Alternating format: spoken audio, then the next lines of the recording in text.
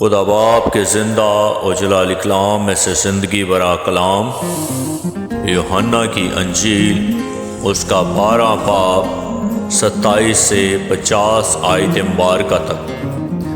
اب میری جان گھبراتی ہے، بس میں کیا کہوں؟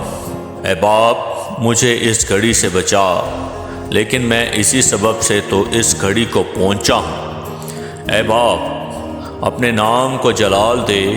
بس آسمان سے آواز آئی کہ میں نے اس کو جلال دیا ہے اور پھر بھی دوں گا۔ جو لوگ کھڑے سن رہے تھے انہوں نے کہا کہ بادل گرجا، اوروں نے کہا کہ فرشتہ اس سے ہم کلام ہوا۔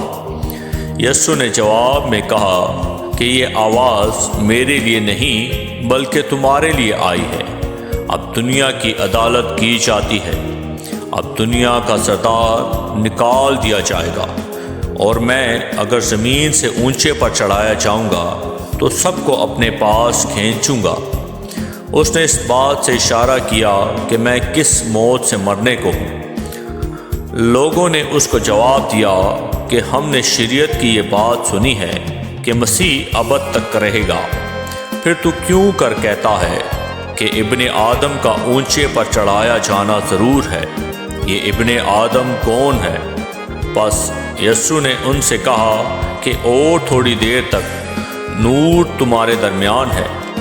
جب تک نور تمہارے ساتھ ہے چلے چلو، ایسا نہ ہو کہ تاریکی تمہیں آ پکڑے، اور جو تاریکی میں چلتا ہے وہ نہیں جانتا کہ کدھر جاتا ہے۔ جب تک نور تمہارے ساتھ ہے نور پر ایمان لاؤ تاکہ نور کے فرزند بنو۔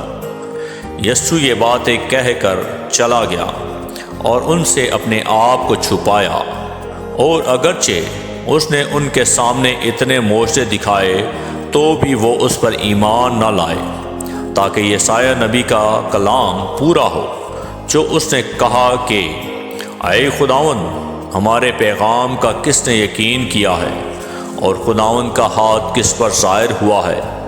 اس سبب سے وہ ایمان نہ لا سکے کہ یسایہ نے پھر کہا، اس نے ان کی آنکھوں کو اندھا اور ان کے دل کو سخت کر دیا، ایسا نہ ہو کہ وہ آنکھوں سے دیکھیں اور دل سے سمجھیں اور رجوع کریں اور میں انہیں شفا بخشوں۔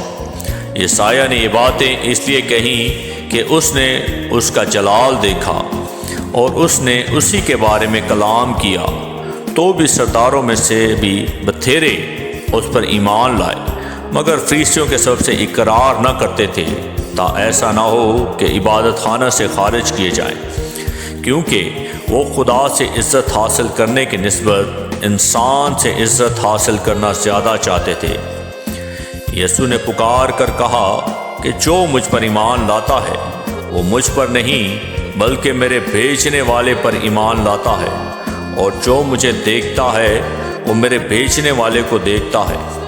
میں نور ہو کر دنیا میں آیا ہوں تاکہ جو کوئی مجھ پر ایمان لائے اندھیرے میں نہ رہے۔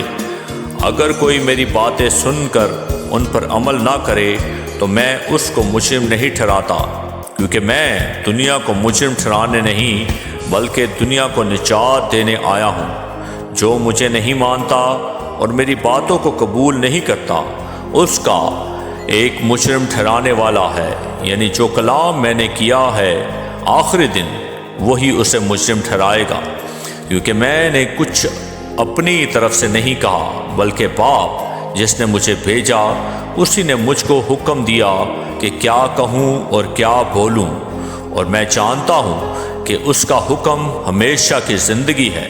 بس جو کچھ میں کہتا ہوں جس طرح باپ نے مجھ سے فرمایا ہے اسی طرح کہتا ہوں۔ آمین۔ کلام کے پڑھے اور سنے پر خداوند کی برکت ہو، خداوند کا شکر ہو۔ آمین۔